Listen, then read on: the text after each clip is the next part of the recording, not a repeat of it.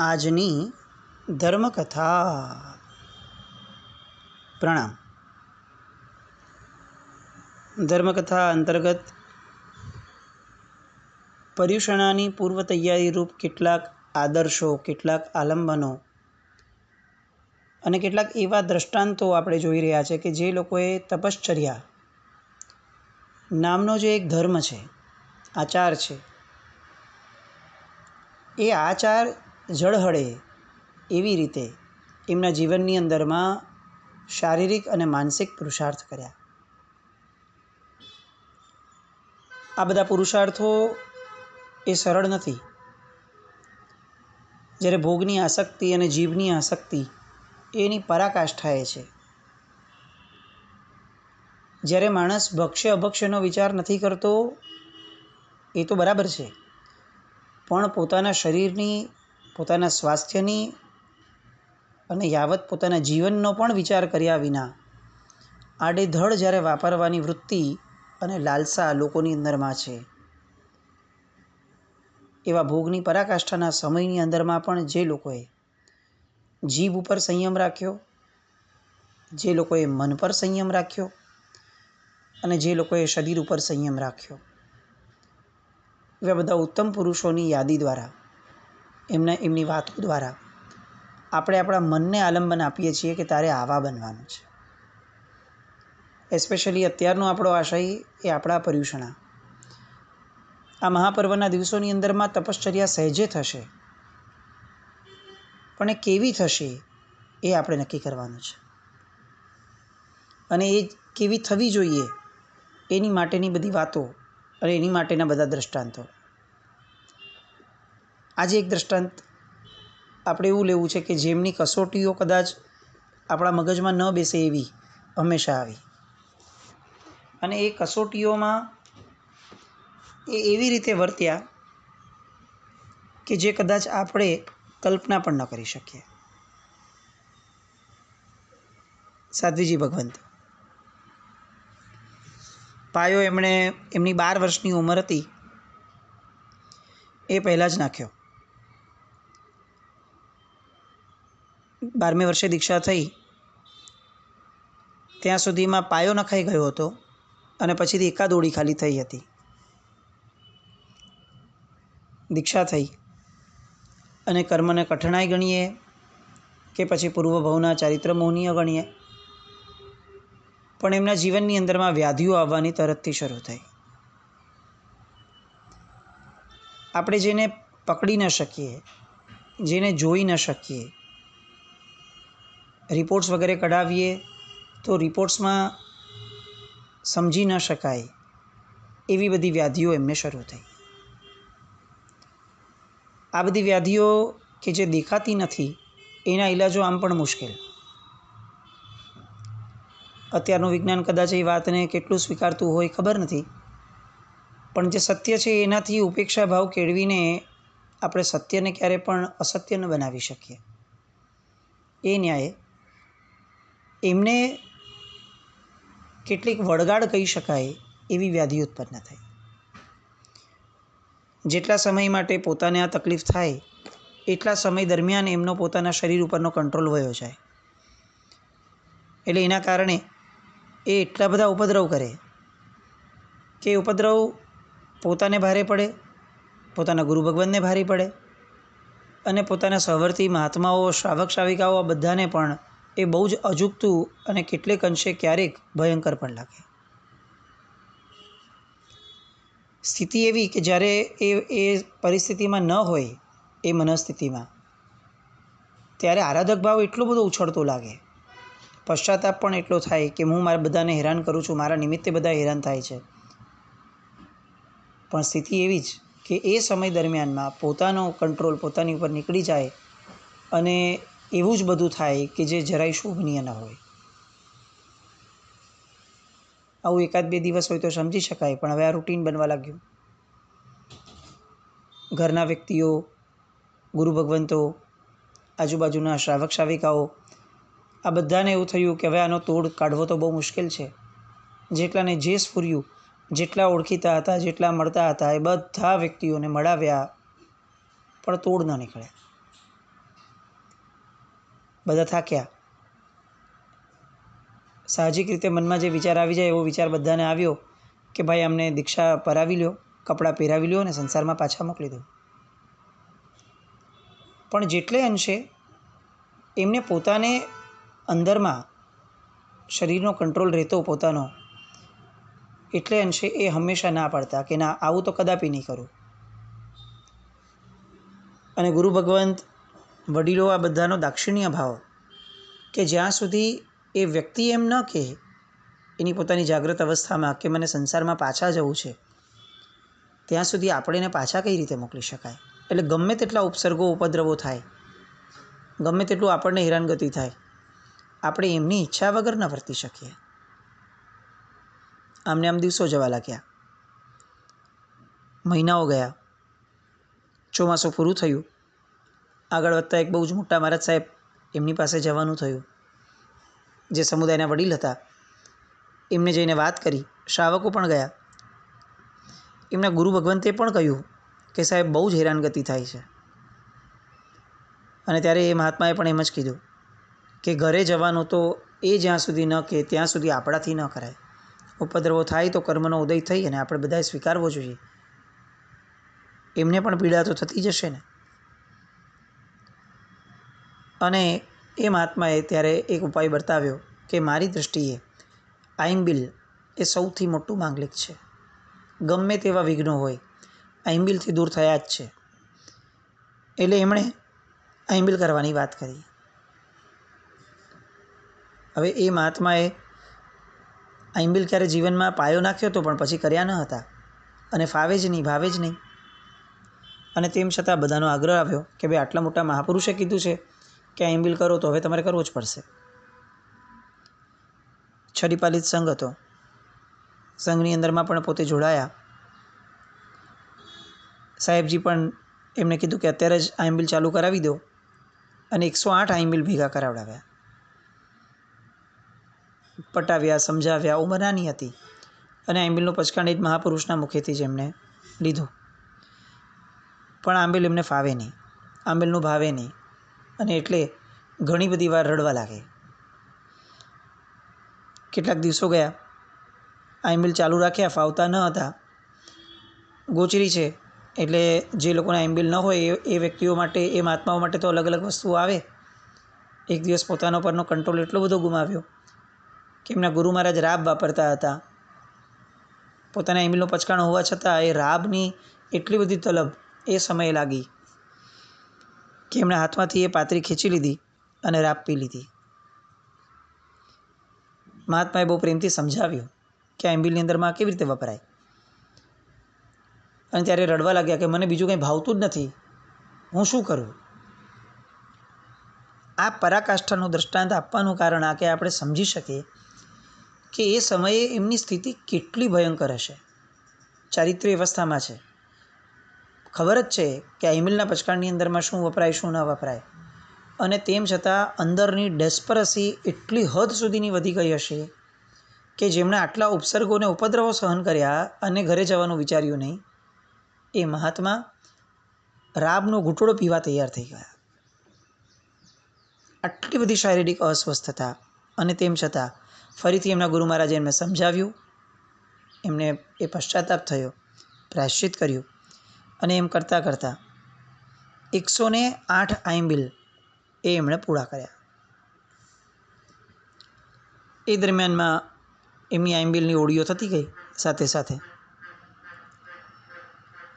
એમ કરતાં કરતાં લગભગ 35 ઓળી સુધી આગળ વધ્યા, થોડો થોડો સમય કરીને.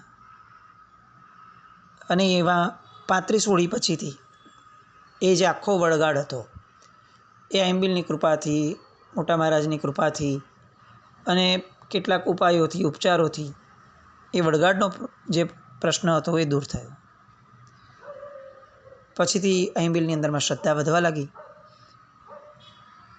ઓળીઓ થવા લાગી. પણ ઓળી, દરેક ઓળીમાં તાવ આવે જ આવે.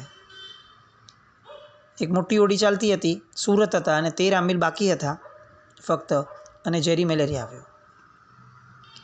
ડૉક્ટરે કહ્યું કે આ જીવશે જ નહીં, જો પારણું નહીં કરે તો કોઈ પણ હિસાબે નહીં જાય. ગોળીઓ લેવડાવે, આ લેવડાવે, બધું જ લેવડાવવાની વાત કરે, પણ આઈમ્બિલ ચાલુ હતા. સાધ્વીજી ભગવંત એકદમ અડગ રહ્યા કે હું ઉકાળેલું ગરમ પાણી વાપરીશ અને પેટની અંદરની બધી કસર દૂર થઈ જશે. એમણે ઓળીનું પારણું ન કર્યું એ સમયે, અને જ્યારે 13 દિવસ પૂરા થયા પછી પારણું થયું, કોઈ જ વાંધો ન આવ્યો. તાવ એ સમયે પૂરો થયો. પાછો કેટલાક દિવસ પછી તાવે ઉથલો માર્યો, જોરદાર તાવ આવે, પણ તેમ છતાં ક્યારે ઓળીનું પારણું ન કર્યા. પોતાના કારણે બીજા હેરાન થાય એવું કોઈ કાર્ય નહીં, એટલે એવી તકેદારી રાખે, પણ પોતાની દ્રઢતા. આ જ મહાત્માએ 100 ઓળીનું પારણું નિર્દોષ ગોચરીથી કર્યું.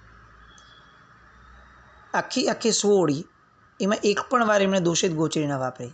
વચ્ચે જેસલમેરના વિહારો આવતા હતા કે જ્યાં રોટલી પણ જોવા ન મળે, જ્યાં 28 કિલોમીટર 25 કિલોમીટરના વિહાર કર્યા પછીથી સંઘનું રસોડું હોય અથવા રસોડા હોય, મીઠા રસોડા, પણ એમને નિર્દોષ ગોચરીનો આગ્રહ અને નિર્દોષ ગોચરીની ચર્યા, એટલે રસોડાનું એમણે ક્યારેય વાપર્યું જ નહીં.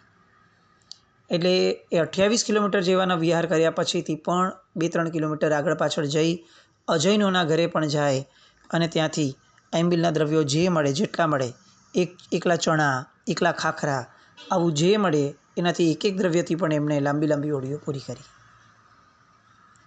શેખરજીના સંઘમાં ગયા હતા. ઘણીવાર એવું થાય કે 30 કિલોમીટરનો વિહાર થાય અને પછી જૈનેતરોના ઘરોમાં જવું પડે. ભાત માંડ મળે ક્યારેક, તો એકલા ભાતથી આઈમ્બિલો.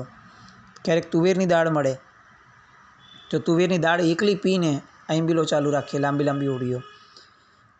ત્યાંના મમરા, એ તો ગુજરાતના મમરા કરતાં ઘણા જાડા, એવા મમરાઓ ખાઈને પણ એમને આઈમ્બિલ કર્યા. એક જ દ્રવ્યનું આઈમ્બિલ, 2 દ્રવ્યના આંબિલ.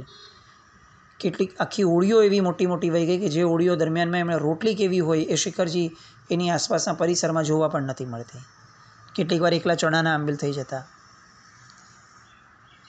કમરનો દુખાવો થયો, મણકામાં ક્રેક આવી, કમરમાં ગાંઠ થઈ, બધું જ થયું, પણ તેમ છતાં ક્યાંય પોતાની આઈમ્બિલ પરની શ્રદ્ધા એમણે ગુમાવી નહીં. આ બધા જ પ્રશ્નો એ હજી એકવાર આપણને સામાન્ય લાગે એવો એક બહુ જ મોટો પ્રસંગ અને બહુ મોટો ઉપસર્ગ એમને થયો જ્યારે એમની 85મી ઓળી ચાલતી હતી. 14ની રાત હતી અને રાત્રે પોતે જ્યારે સૂતા હતા ત્યારે એક દાંડા જેટલો લાંબો સાપ એ ઉપાશ્રયમાં આવીને એમના પગે વીંટળાઈ ગયો. પગની ઉપર 2 આંટા લઈ લીધા અને પૂંછડી એમાંથી બહાર કાઢી દીધી.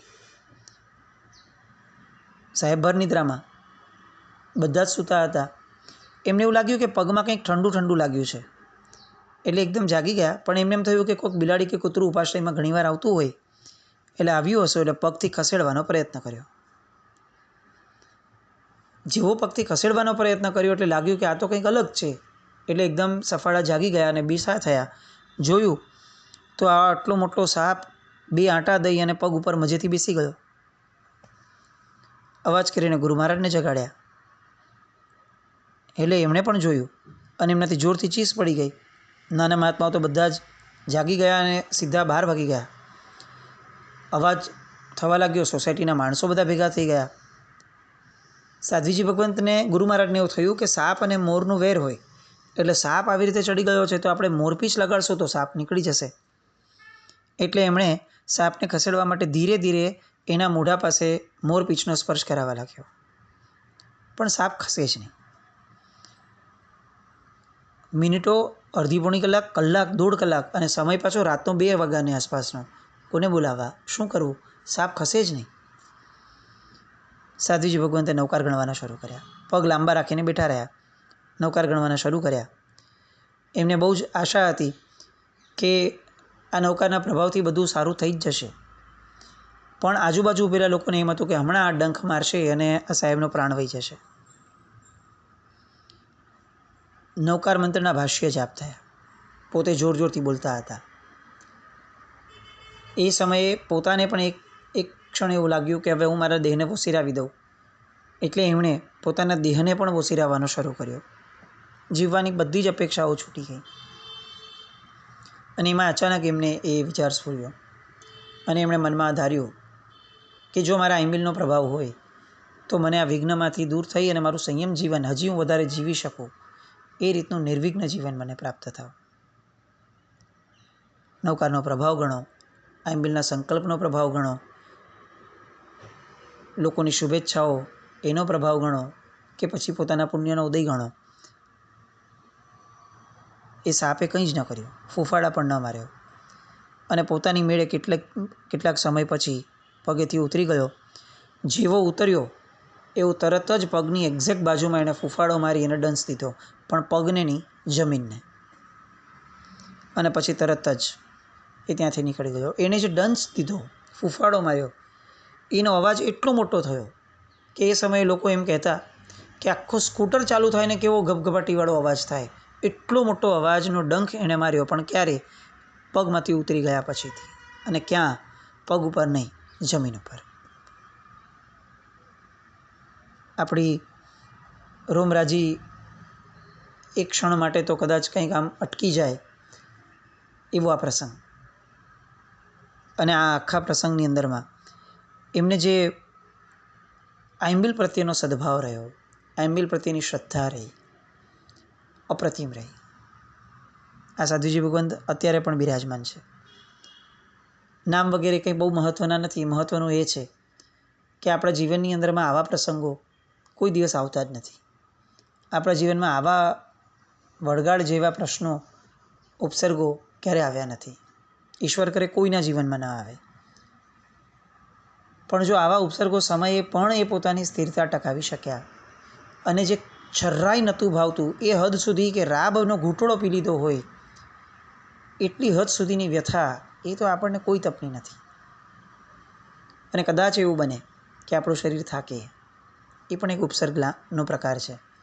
કદાચ પર્યુષણાના દિવસોમાં એવું બને કે આપણે બેસીને પ્રતિક્રમણ કરવાનું મન થાય કે ભાઈ તપશ્ચર્યા છે. કદાચ એવું બને કે આપણે પ્રવચનની અંદરમાં ઊંઘ આવી જતી હોય કે ભાઈ તપશ્ચર્યા છે. એવા સમયે આ સાધ્વીજી ભગવંતના ઉપસર્ગોને યાદ રાખીએ, આ સાધ્વીજી ભગવંતને થયેલા ઉપદ્રવોને યાદ રાખીએ અને પોતાની જાતને, પોતાના મનને સચેત અને જાગૃત બનાવવાનો પ્રયત્ન કરીએ. જેમના પગે સાપ વળગી ગયો હતો અને તેમ છતાં જેમની આંબિલ પરની શ્રદ્ધા, તપશ્ચર્યા પરની શ્રદ્ધા, નવકાર પરની શ્રદ્ધા ખસી ન હતી, એ વ્યક્તિના આલંબને આપણે આપણા મનને સમજાવીએ. આપણને તો ખાલી ઊંઘ વળગી છે, પણ સામે પ્રવચનના, પર્યુષણાના પ્રવચનના, કલ્પસૂત્રના આટલા પવિત્ર શબ્દો મળતા હોય અને આપણાથી ઊંઘાય કઈ રીતે? આપણાથી પ્રમાદ કઈ રીતે થાય? આપણાથી કંટાળો કઈ રીતે થાય? આપણાથી સામાન્ય કારણોના કારણે પ્રવચનની અંદરમાં મોડા કઈ રીતે જવાય? પ્રવચનનો વિનય કઈ રીતે ચૂકાય? આવા બધા આલંબનો આપણા જીવનની અંદરમાં આ પર્યુષણા દરમિયાનમાં આપણે ઊભા કરી શકીએ. આ સાધ્વીજી ભગવંતે 100 ઓળી પૂરી કરી, એની ઉપર 43 જેટલી ઓળીઓ તો વર્ષો પહેલાં થયેલી હતી. એ પછીથી તો હજી ઘણા આગળ વધ્યા હશે. આવી એ જબરદસ્ત અપ્રતિમ સાધનાઓ, એક દ્રવ્યના આંબિલ, ફક્ત ચણાના આંબિલ, ફક્ત તુવેરની દાળના આંબિલ. આપણા જીવનમાં આવું તો નથી જ આવવાનું. આહારની આસક્તિ જ્યારે તપમાં સતાવે ત્યારે આવા અનાસક્ત યોગીઓ એમના દ્રષ્ટાંતોથી આપણી આસક્તિને મારવા માટેનો પુરુષાર્થ, માનસિક પુરુષાર્થ એ આપણે જ કરવો રહ્યો. અને આ પુરુષાર્થ જ્યાં સુધી શરૂ નહીં થાય ત્યાં સુધી આપણી તપશ્ચર્યા એ કદાચ બહુ તો થોડા ઘણા કર્મોનો ક્ષય કરનારી બની શકે, પણ જે વિરાટ નિર્જરા આ તપશ્ચર્યા દ્વારા આપણે પામવાની છે, જે એ તપશ્ચર્યા આપી શકે એમ છે, એના ફળ સુધી પહોંચી નહીં શક્યા. કર્મોની નિર્જરા, આત્મ સ્વરૂપની સમજણ, સંવેદના, આ બધા આપણા તપના મુખ્ય લક્ષણો અને લક્ષ્યો છે. એવું એ અણહારી પદનું આત્મ સ્વરૂપ એ આપણને આ પર્યુષણા દરમિયાનમાં સ્પર્શે. એવી એ અનાસક્તિ એ આપણને આ પર્યુષણા દરમિયાનમાં સ્પર્શે. એવું એ દેહ પ્રત્યેનું મમત્વ એ આપણું આ પર્યુષણા દરમિયાનમાં દૂર થાય અને એવો તપ થાય કે જે આપણી માટે પણ આલંબનરૂપ રહે.